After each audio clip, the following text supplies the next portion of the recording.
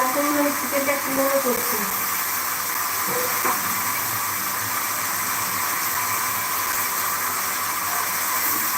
এই যে মশলাটা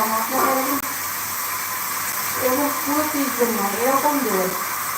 আদা রসুন কাঁচা লঙ্কা আর পেঁয়াজ একটুখানি জাস্ট ভালো করে এটাকে পিসবেন না, জাস্ট একটুখানি হালকা করে পিষে নেবেন।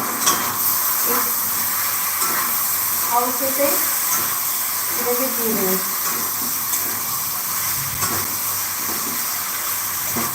আমি যেভাবে চিকেনটা করছি এভাবে করলে পারে আপনারা বাচ্চা পুরো সবাই খেতে পারবেন। এটা বয়স্ক লোকেদের জন্য খুব হেলদি, এটাতে অয়েল একদম কম থাকে, আর চিকেন থেকে একটা আটটা গন্ধ যেটা লোকে পায় সেটাও পাবেন না। আমি দিয়ে দিয়েছি, এবার আমি এটার মধ্যে সামান্য একটুখানি দিয়ে দিচ্ছি। আপনারা দিলে দিতে পারেন, আবার নাও দিতে পারেন। আর দেখছি অল্প একটু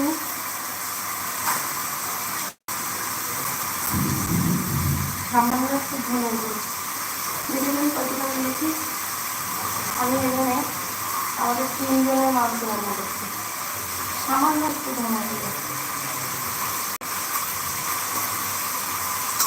কারণ গরম পড়লে সবারই কারোরই ভালো লাগছে না।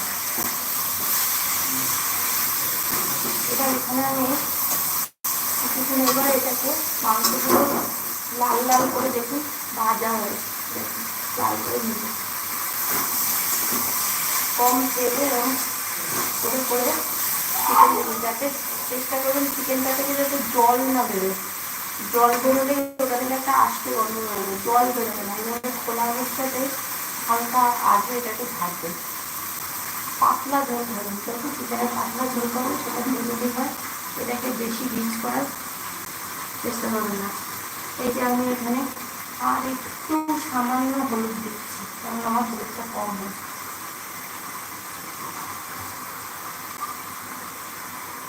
আর একটুখানি হলুদ দিলাম। আর এবার এটার মধ্যে আমি একটু টমেটো দেবো, একটা টমেটো দেবো, আর একটু গোলমরিচের গুঁড়ো দেবো। গোলমরিচের গুঁড়োটা আপনারা নামানোর আগেও দিতে পারেন, আবার বাচ্চারা খেলে আমার মনে হয় গোলমরিচের গুঁড়োটা না দেওয়াই ভালো, কিন্তু আমার বড়রা খেলে গোলমরিচের গুঁড়ো একটু দেওয়া যায়। এবার এটার মধ্যে আমি একটু গোলমরিচের গুঁড়ো আর টমেটো দেবো। আমি এখন দেখুন এটা যেহেতু ভাজা হয়ে গেছে, এটা থেকে আর জল বেরোবে না। এখন আমি এটাকে একটুখানি ঢেকে দিচ্ছি কিছুক্ষণ।